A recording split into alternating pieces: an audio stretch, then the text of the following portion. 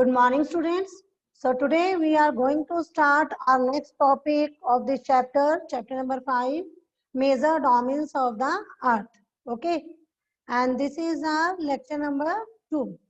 Today we will discuss the continents. Okay, so let's start.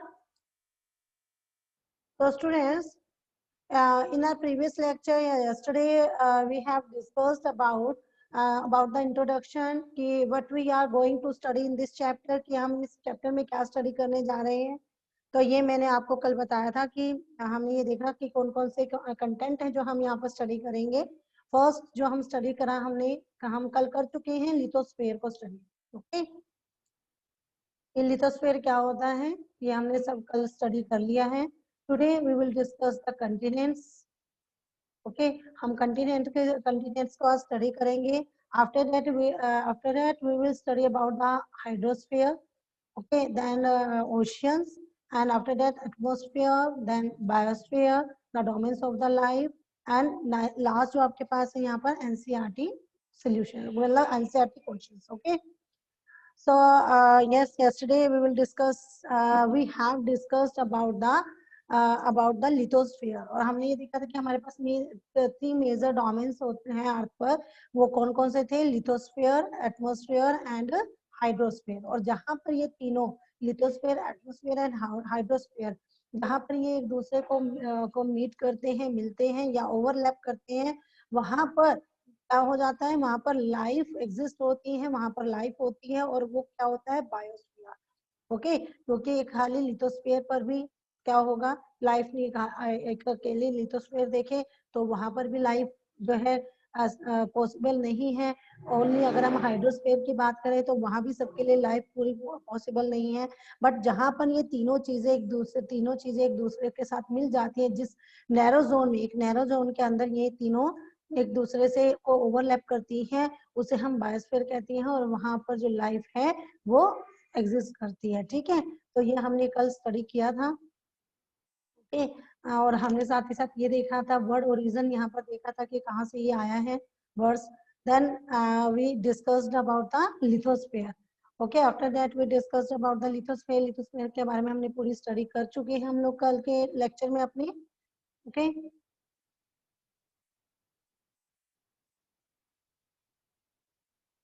yes students, so today we will discuss about the continents. continents के हम लोग study करेंगे यहाँ पर आज. तो कंटिनेंट्स, अब जैसे कि हमने कल के लेक्चर में हमने क्या स्टडी किया? हमने लिथोस्फीयर के बारे में देखा. और लिथोस्फीयर मतलब कि जो हमारे लैंड मासेस हैं, टोटल जो हमारा पूरा लैंड है वो हमारा लिथोस्फीयर में आते हैं. पूरे अर्थ के ऊपर जो लैंड मासेस हैं, जो लैंड है, वो हमारी किस में आती है? लिथोस्फीयर में. अब हम अगर बात करें यहाँ पर कंटिनेंट्स की स्टडी कर रहे हैं तो देखिए जैसे हमारे पास ये क्या है? वर्ल्ड का आपके पास यहाँ पर एक पूरा वर्ल्ड का मैप है. इसके अंदर आप देख रहे हो, हमने कल बताया था कि क्या है कि जैसे ये हमारे पास क्या है? ये सब लैंड है. ठीक है, जहाँ जैसे north America, south America, Europe, ये हमारे कंटिनेंट है. और यहाँ पर सारे में क्या है? ये सारे के सारे हमारे लैंड है. खाली यही लैंड नहीं है, ये जो सारा का सारा ओशियन है, यहाँ पर भी क्या होता है? क्योंकि नीचे से ये सारा का सारा क्या होता है? ये सारा लैंड पर ही बेस है. नीचे जो बेस होता है वो पूरी क्या होती है? जमीन होती है. ठीक है, तो यहाँ पर साथ ही मैंने बताया था कि जैसे कि मान लो आप कोई लैंड है. ठीक है, अब क्या होता है उसमें? मान लो गड्ढा हो जाता है, डिप्रेशन हो जाता है. तो अगर मान लो हम क्या करते हैं, हम वहां पर पानी आ जाए या फिर हम टैप खुली छोड़ दें या कुछ करें, तो वो सारा पानी क्या हो जाएगा? उस टैप में, उस गड्ढे में भर जाता है. और वो क्या हो जाता है? लैंड तो नीचे है लेकिन ऊपर क्या हुआ? पानी इकट्ठा हो गया. तो अब क्या होगा? एक जमीन यहाँ पर ये पूरी की पूरी लैंड थी. ठीक है, मान लो ये पूरी लैंड थी. अब यहाँ पर क्या हुआ? ये गड्ढा हो गया.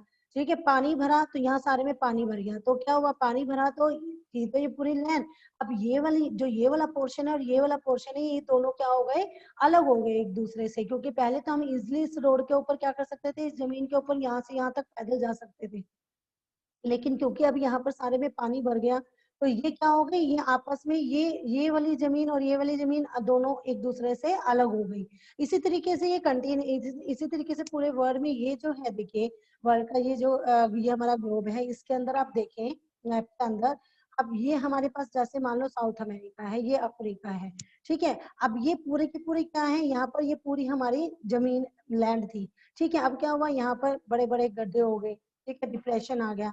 डिप्रेशन आया तो अब यहाँ पर पानी भर गया। पानी भरने से क्या हुआ, अब पहले तो यहाँ से यहाँ तक इजिली पैदल जाया जा सकता था, जमीन लैंड थी, आराम से चलकर जा सकते थे आप।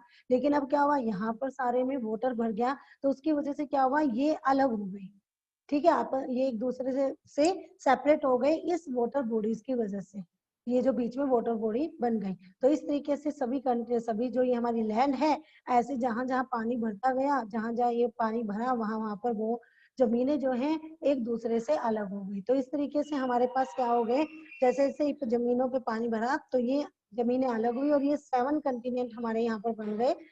एक ये south America, north America, Europe, Asia, Africa, Australia और एंटार्क्टिका, ठीक है, क्लियर। तो इस तरीके से 7 कंटिनेंट हमारे यहाँ पर इस मैप में आप देख सकते हैं कि ये आ गए। So there are 7 major continents थे and these are separated by large water bodies. तो अभी आपको ये क्लियर हो गई line, these are separated by large water body, ये लार्ज वाटर बॉडी से सेपरेट हो गए। और अभी मैंने बताया कैसे सेपरेट हुई, क्योंकि ये सभी एक दूसरे से, ये पूरी की पूरी जमीन थी, पूरी लैंड थी, लेकिन ये कैसे अलग अलग हो गए, ये कोई नहीं कि अलग अलग जमीन थी गई, ये सारी एक जमीन थी, लेकिन ये अलग कैसे होगी, जैसे जैसे यहाँ पर वाटर बॉडीज, जैसे जैसे यहाँ पर पानी भरता गया, गड्ढे हुए, पानी भरता गया, वैसे वैसे ये क्या हुई, ये जमीनें जो हैं एक दूसरे से अलग हो गई, ये लैंड मासी से एक दूसरे से अलग हो गई। तो इस तरीके से ये सभी कंटिनेंट जो हैं, आप देख लो 7 कंटिनेंट, ये लार्ज वाटर बॉडीज के द्वारा ये क्या हो गए, एक दूसरे से सेपरेट हो गए। So these continents are, और ये continents कौन कौन से, these continents are Asia, okay, Asia, Europe, Africa, North America, south America, Australia and Antarctica. अब यहाँ पर देखिए बिल्कुल क्लियर, मैंने आपको एक बड़ा मैप यहाँ पर दिखाया है ताकि आपको क्लियर हो, 7 कंटिनेंट जो है आपको बिल्कुल क्लियर दिखे यहाँ पर, इसीलिए हम लोग मैंने यहाँ पर मैंने आपके लिए मैप लगाया, ओके। अब वो ये यहाँ पर एक चीज वो कह रहे हैं, डू यू नो, क्या कह रहे हैं डू यू नो में, कि जो आपके पास क्या है, ये Edmund Edmund Hillary, Edmund Hillary New Zealand and Tenzing Tenzing Norgay, ठीक है, and Tenzing Norgay, Norgay Sherpa, Tenzing Norgay Norgay Sherpa, okay, Sherpa India, were the first men to climb the highest mountain peak, Mount Everest, on the planet Earth on 29th May 1953।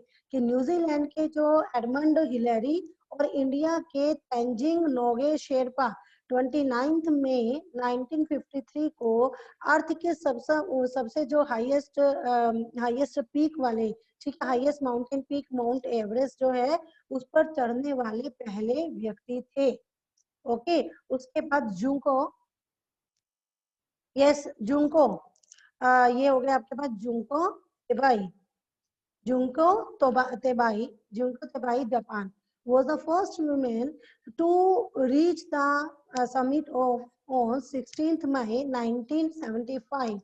अब ये जो जापान की जुंको तोबाई थी, Junko तोबाई world की पहली महिला थी जिसने 16 मई 1975 को एवरेस्ट पर क्या रखा, कदम रखा, ठीक है, reached the summit on 16th May 1975।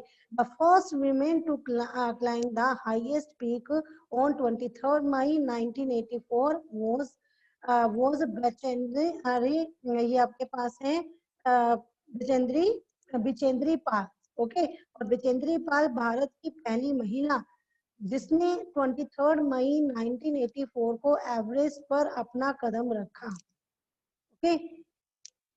ये क्लियर है। कंटिनेंट्स आपके पास 7 कंटिनेंट्स कैसे आए आपके पास, तो हमारे पास अब इस तरीके से जब वाटर बॉडीज जो हैं, इन वाटर बॉडीज ने जब हमारे लैंड मासेस जो हैं उनको एक दूसरे से सेपरेट कर दिया इन लार्ज वाटर बॉडीज ने, तो हमारे पास 7 कंटिनेंट आए। ये 7 कंटिनेंट है, अभी आपने देखा Asia, Europe, Africa, north America, south America, Australia and Antarctica, okay. तो अब हम इनके बारे में जो है इंडिविजुअली स्टडी करेंगे इन कंटिनेंट्स के बारे में, okay. So first is Asia. अब देखिए एशिया का ये देखिए मैप देखिए, ठीक है, हम कौन से वाला देखिए पोर्शन कौन सा ले रहे हैं, आप देखिए ये वाला पोर्शन ले रहे हैं एशिया का, ये है ना इस वाले मैप में एशिया, तो यही वाला हमने पोर्शन लिया है नीचे, ये देखिए। ओके, तो ये हमारा एशिया का मैप हुआ। तो एशिया के बारे में क्या कहते हैं कि Asia is the largest continent. Asia जो है ना वो पूरे वर्ल्ड का सबसे बड़ा कंटिनेंट है। क्या ये सही है? अब आप देखिए ऊपर वाला मैप दोबारा देखते हैं क्या, ये देखिए यहाँ पर अब एशिया है, ये देखो ये सबसे बड़ा साइज इसी का दिख रहा है। ये ऑस्ट्रेलिया तो बिल्कुल ही छोटा सा है, ठीक है। यूरोप भी छोटा है इसके comparatively, north America, south America सब छोटे हैं, और अफ्रीका जो है वो हाँ इसके मुकाबले का लग रहा है, लेकिन ये फिर भी अफ्रीका जो है एशिया के कंपैरेटिवली छोटा है। यानी कि सबसे बड़ा कंटिनेंट क्या नजर आ रहा है यहाँ पर? एशिया। ओके, तो इक्विज की सही बोल रहे हैं वो कि Asia is the largest continent and it covers about 1/3 of total land area of the earth। और ये जो एशिया है ये अर्थ की टोटल जो उसका एरिया है, ठीक है, अर्थ का जो टोटल लैंड एरिया है उसका 1/3 जो इसने 1/3 एशिया ने कवर किया हुआ है। And the continent lies in eastern hemisphere. और ये जो कंटिनेंट है ये कहाँ पर लाई कर रहा है? ईस्टर्न हेमिस्फीयर पर। ईस्टर्न हेमिस्फीयर देखिए ऊपर देखिए हमें नजर आता है ईस्टर्न। अब ये देखिए आपके पास इधर है ना, ये ईस्टर्न में हमने देखा था ना यहाँ पर जब हमने स्टडी किया था लॉन्गिट्यूड के बारे में, तो इधर हमारे पास लॉन्गिट्यूड हमने स्टडी किया था ना, स्टैंडर्ड मेरिडियन हमने देखा था। तो उसके इधर के जो है आपके स्टैंडर्ड मेरिडियन के राइट साइड ईस्ट था और लेफ्ट साइड वेस्ट था। तो अब मान लो यहाँ से हमारा स्टैंडर्ड मेरिडियन यहाँ से जाता है बीच से, तो इधर क्या हो गया हमारे पास ये वाला पोर्शन ईस्ट का हो गया, ये वाला पोर्शन वेस्ट का हो गया। तो ये हमारा किस में आया? एशिया ईस्टर्न हेमिस्फीयर के अंदर। ओके,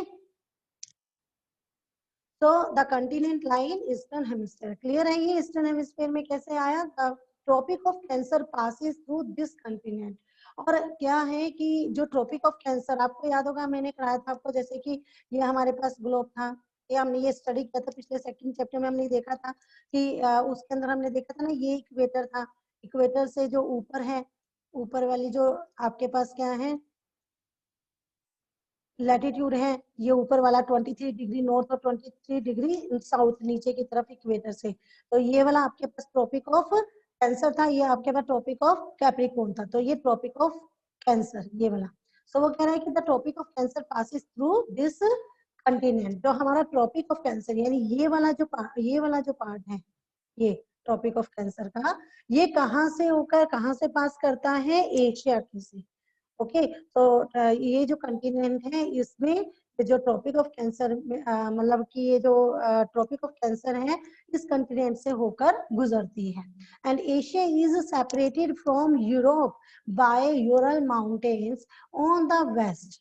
अब ये देखिए एक चीज और, यहाँ पर देखें आप, इसमें देखें एशिया है ये यूरोप है, ठीक है, ये एशिया ये यूरोप।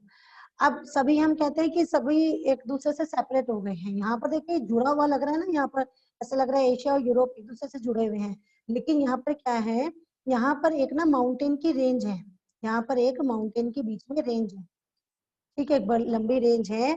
और ये जो माउंटेन रेंज है ना इसी ने ही इस एशिया और यूरोप को एक दूसरे से सेपरेट किया हुआ है। क्लियर? यहाँ पर एशिया और यूरोप आपको जुड़े हुए दिख रहे हैं, लेकिन ये क्या है, सेपरेट कैसे है? यहाँ पर बीच में माउंटेन की एक रेंज बनी हुई है। इस माउंटेन की रेंज के बने होने से एशिया और यूरोप एक दूसरे से सेपरेट हैं। और वो जो रेंज है, ठीक है, वो जो रेंज जो माउंटेन की बनी हुई है जिसने यूरोप और एशिया को एक दूसरे से सेपरेट किया हुआ है, वो कौन सी, उसको क्या बोलते हैं, वो कौन से माउंटेन है? यूरल माउंटेन्स, ठीक है, Ural mountain on the waste.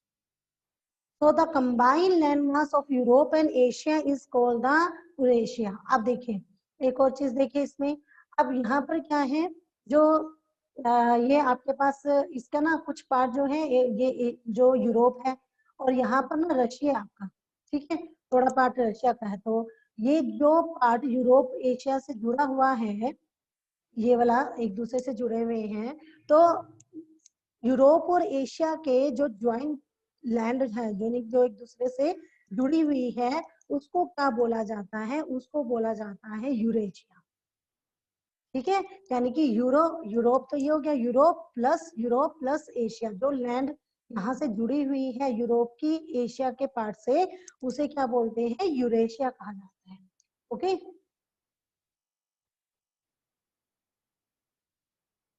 Clear. जैसे यहाँ पर ये देखिए, अब आपको बताया ना, जैसे रशिया है, ठीक है, ये यहाँ से यहाँ पर आपका यूरोप है, पीछे देखा आपने, पीछे वाला ये तो खाली एशिया का मैप है ना, यहाँ पर आपके पास सारा क्या है, यहाँ पर आपके पास यूरोप है इधर की साइड, ठीक है। तो ये पार्ट रशिया से जुड़ा हुआ है, एशिया, यूरोप और रशिया, रशिया भी तो एशिया का पार्ट है ना, तो है तो ये एशिया कह लो या रशिया कह लो, तो जो भी ये एक दूसरे से जो जुड़े हुए हैं, उस जो लैंड आपस में जुड़ी हुई है एशिया की, इसके साथ, यूरोप के साथ, उसको, इस वाले पार्ट को हम क्या बोलते हैं, लैंड मास को, Eurasia.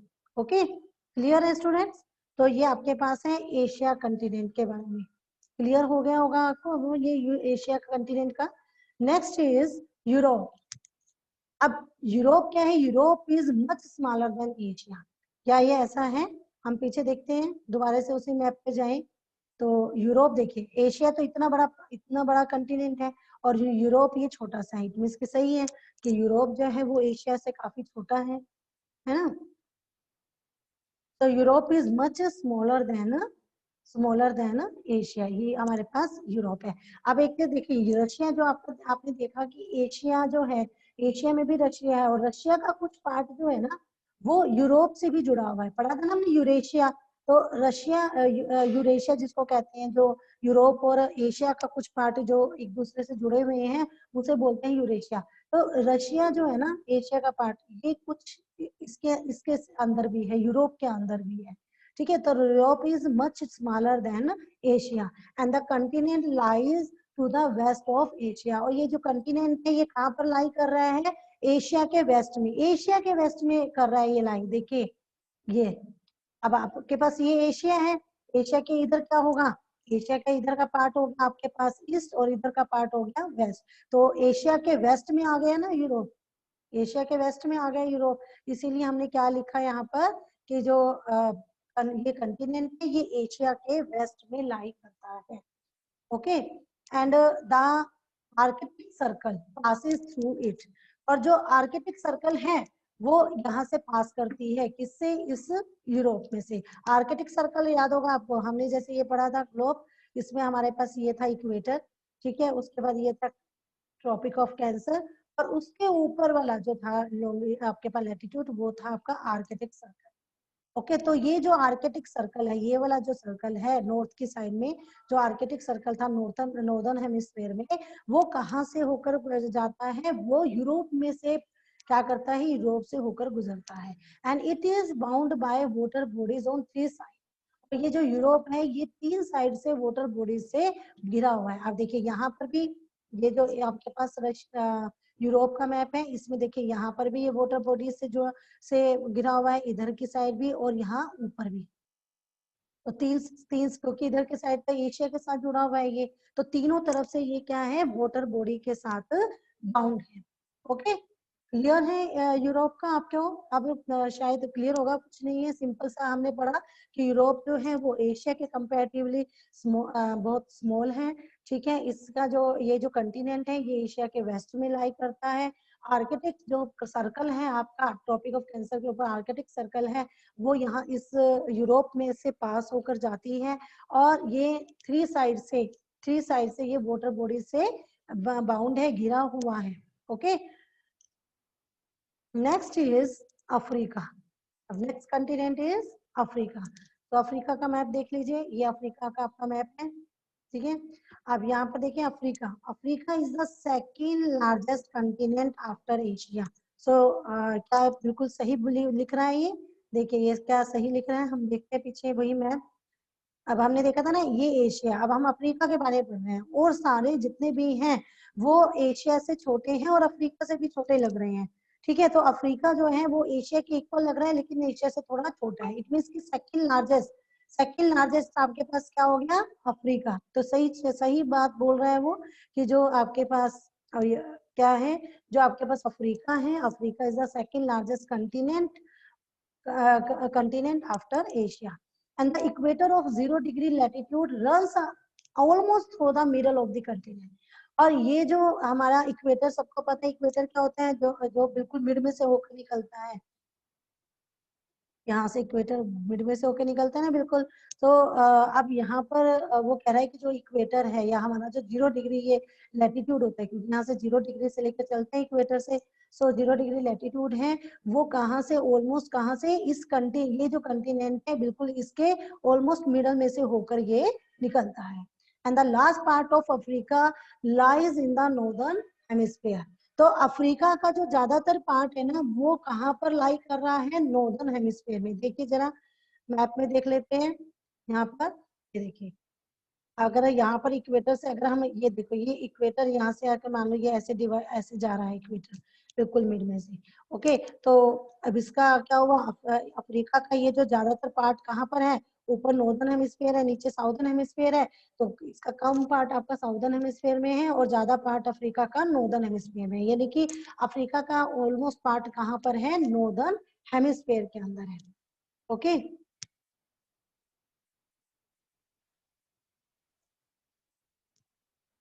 So the large part of Africa lies in the northern hemisphere. So ये हम जैसे फिगर में देख रहे हैं, पीछे जो हमने दिखाया अभी आपको फिगर.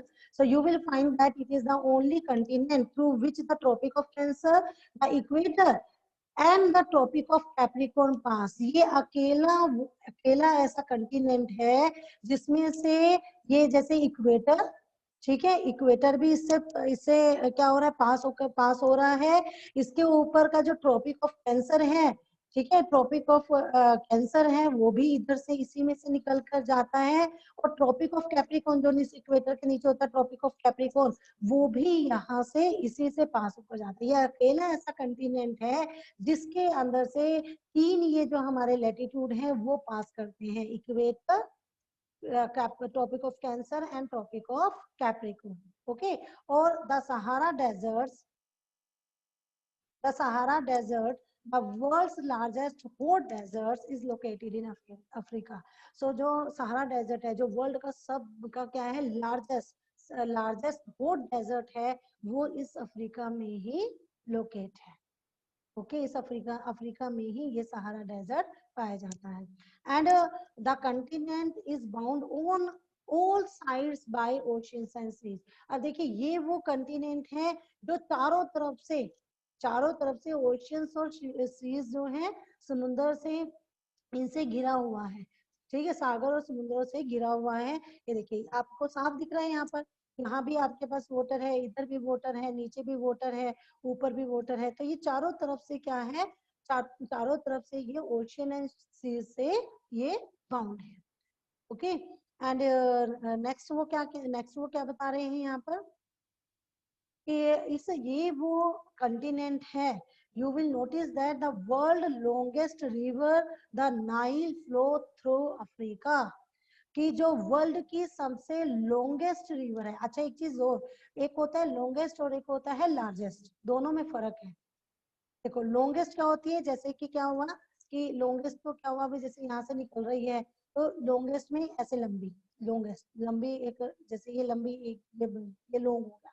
लार्जेस्ट क्या हो गया, जैसे ये ऐसे काफी फैली हुई है, लार्जेस्ट, ठीक है। तो इस तरीके से लार्जेस्ट, तो ये हम बात कर रहे हैं कि अफ्रीका के अंदर से जो हमारी नाइल है रिवर, वो वर्ल्ड की लॉन्गेस्ट रिवर नाइल जो है वो इसी अफ्रीका से होकर वेस्टर्न अफ्रीका से फ्लो करती है। And notice where the equator, जहां इक्वेटर है, the tropic of Cancer and Tropic of Capricorn pass in the map of Africa. ये भी मैंने आपको बता दिया है कि ये वो कंटिनेंट है जहां पर इक्वेटर है, वहीं पर ट्रॉपिक ऑफ कैंसर और ट्रॉपिक ऑफ कैप्रिकॉर्न जो है वो अफ्रीका के मैप में से पास होकर निकल रही है। तो हम देखें यहाँ पर अगर हमें दिख जाता है, ये देखिए ये वाले मैप में आपके पास, देखिए ये चीज है, ये आपके पास, ये देखिए ये इक्वेटर है, ये आपके पास, जैसे ये ऐसे करके दिखाया हुआ ना, इसको सीधा कर ले तो ये आपके पास इक्वेटर है, ठीक है, इस मैप में। यहाँ पर ये नीचे आपका ट्रॉपिक ऑफ कैप्रिकॉर्न है और ये आपके पास ट्रॉपिक ऑफ कैंसर है, ये वाला। और ये देखो ये आपके पास सारा क्या है, अफ्रीका, अफ्रीका में से तीनों निकल रहे हैं ना, अफ्रीका में से तीनों निकल रहे हैं, ट्रॉपिक ऑफ इक्वेटर भी, ट्रॉपिक ऑफ कैप्रिकॉर्न भी और ट्रॉपिक ऑफ कैंसर भी। ओके, और हम ये भी देख रहे हैं कि अफ्रीका का ज्यादातर पार्ट किसमें है, नॉर्दर्न हेमिस्फीयर में। बच्चे ये जो है ना आपको वर्ल्ड जो मैप है ना, ये सीधा नहीं है बुक के अंदर, ये इसी तरीके से ऐसे करके दिया हुआ है आपको। आप इसको अगर सीधा करें तो नॉर्दर्न हेमिस्फीयर यहाँ ऊपर आएगा, ये वाला वहां पर पार्ट आपका नीचे आएगा साउदर्न हेमिस्फीयर के अंदर। Okay,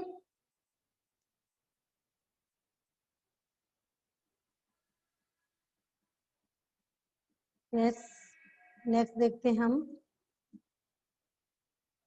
Africa. अब आपको क्लियर होगा अफ्रीका का continent. Next is, yes, next is north America.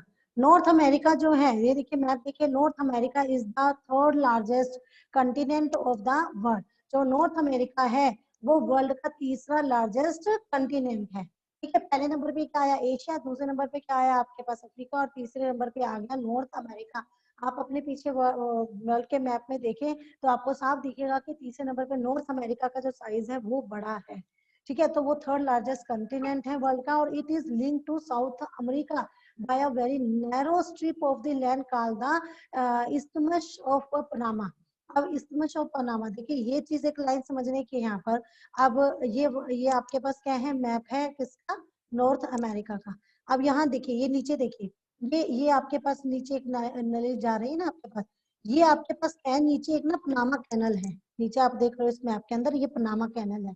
Okay, तो ये क्या कर रही है, ये, और इसके नीचे क्या है हमारे पास, इस वाले नॉर्थ अमेरिका से जुड़ा हुआ नीचे क्या है, साउथ अमेरिका है। ठीक है, साउथ अमेरिका है जैसे हमने देखा था। देखिए ये ये आपके पास नॉर्थ अमेरिका है, ये साउथ अमेरिका का है।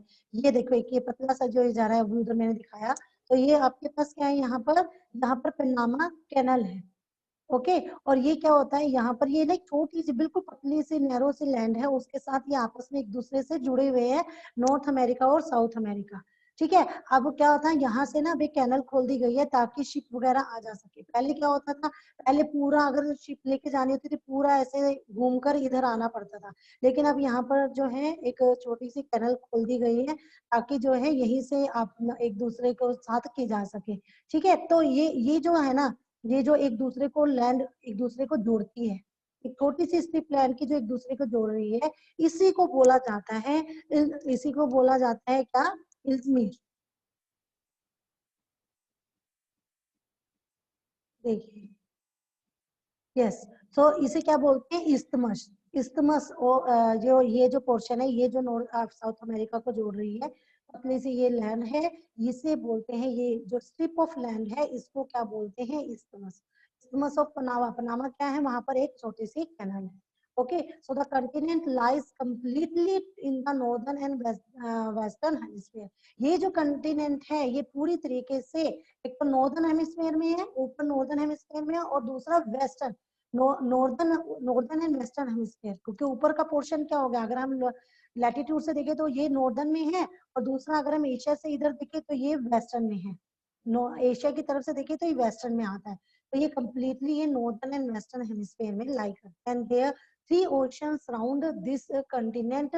तो ये तीन जो ओशन है वो इसके, एक ऊपर तो देखो ये आर्कटिक ओशियन गिरा हुआ है, पैसिफिक ओशियन, और नीचे भी मैरीटाइम ओशियन, तो ये तीन ओशियन से, ये क्या है, तीन ओशियन के साथ ये कंटिनेंट को घेरा हुआ है। तो यहाँ पर देखिए ये आपके पास क्या हो गया, इस्थमस क्या हो गया, a narrow strip of land joining land masses, दो की जो क्या करती है, दो लैंड मासेस को, जैसे नॉर्थ अमेरिका और साउथ अमेरिका होगी, उन दोनों को आपस में जोड़ रही है। इन दोनों लैंड मासेस को एक छोटी सी ये स्ट्रिप लैंड की एक दूसरे को जोड़ रही है, उसको क्या बोलते हैं, इस्थमस। अच्छा, एक होता है स्ट्रेट, स्ट्रेट भी देख लीजिए, एक होता है स्ट्रेट वर्ड। स्ट्रेट क्या होता है, straight is a narrow passage of water. Straight क्या है, वो एक बड़ा ना नैरो पैसेज वाटर है, वाटर की एक नाली सी जैसे जा रही है, जो कि क्या करती है, दो बड़ी जो दो लार्ज वाटर बॉडीज को एक दूसरे से जोड़ती है, उसे बोलते हैं स्ट्रेट। अब जैसे हमारे पास इंडिया है, ठीक है, एशिया के अंदर नीचे इंडिया है, इंडिया के नीचे यहाँ पर क्या है हमारे पास, ये श्रीलंका है, यहाँ पर एक छोटी सी क्या है, देखिए यहाँ ये वाला जो एरिया है, यहाँ पर इनके बीच में ये छोटा सा एरिया जो है आपके पास है ना, यहाँ पर एक पतली सी एक नैरो क्या है, एक नैरो पासेज ऑफ वाटर है, ठीक है, जो क्या कर रहा है, जो आपस में इधर और इधर बड़ी बड़ी जो इसके दोनों तरफ वाटर बॉडीज है एक दूसरे को उससे जोड़ रहा है। तो ये याद रखना, इस्थमस क्या होता है, जो दो दो लैंड बड़ी लैंड मासेस को एक दूसरे से जोड़ता है वो इस्थमस है। और वो वाटर बॉडी जो दो बड़ी वाटर बॉडीज को एक दूसरे के साथ जोड़ती हैं, वो नैरो पासेज ऑफ वाटर, जो दो बड़ी वाटर बॉडीज को एक दूसरे से जोड़े, उसको क्या बोलते हैं, स्ट्रेट। ठीक है, क्या बोलते हैं, स्ट्रेट। क्लियर। जैसे हमने यहाँ पर आप दिखा सकते हैं मैप में, ये देखिए, ये आपके पास एशिया है, एशिया में ये आपके पास इंडिया है, ठीक है। यहाँ पर ये आपके पास क्या है, ये आपके पास इधर ये वाला जो है पोर्शन, इसमें ये इसके साथ ये जोड़ रहा है, इसको बड़े छोटे से स्ट्रिप से जोड़ेगा। जैसे इसमें आप आगे देख सकते हैं, इसमें क्लियर नहीं है,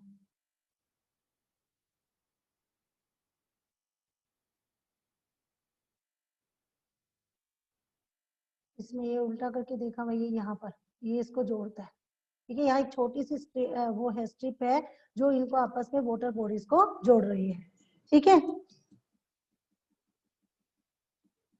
ओके स्टूडेंट्स, ये क्लियर है अब आपको कंटिनेंट। नेक्स्ट इज, तो ये क्लियर हो गया, स्ट्रेट क्या होता है, जो दो वो लार्ज वाटर बॉडीज को क्या करते हैं, एक नैरो पासेज ऑफ वाटर जो है वो दो वाटर बॉडीज को, लार्ज वाटर बॉडीज को एक दूसरे के साथ जोड़ते हैं, वो स्ट्रेट है। और जो क्या होती है, एक जो आपके पास नैरो स्ट्रिप ऑफ लैंड है, वो दो लार्ज लैंड मासेस को एक दूसरे से जोड़े, तो वो क्या होती है, इस्थमस, उसको बोलते हैं इस्थमस। और ये पनामा से पनामा कैनल है, इसलिए यहाँ से पनामा कैनल है, इसलिए क्या हुआ है, isthmus of Panama. Clear. Next is south America. South America ये हमारा कंटिनेंट है, साउथ अमेरिका के बारे में करें। ये देखिए, ये आपके पास मैप है साउथ अमेरिका का, इसमें क्या है, south America lies mostly in southern hemisphere. अगर आप बात करें, नीचे पीछे मैप देखें अपना, तो ये ज्यादातर ये जो साउथ अमेरिका है वो साउदर्न हेमिस्फीयर के अंदर आपका लाई कर रहा है। अब आप अपना बुक खोल लीजिए, मुझे बार बार ये पीछे करना पड़ रहा है आपको दिखाने के लिए मैप के अंदर।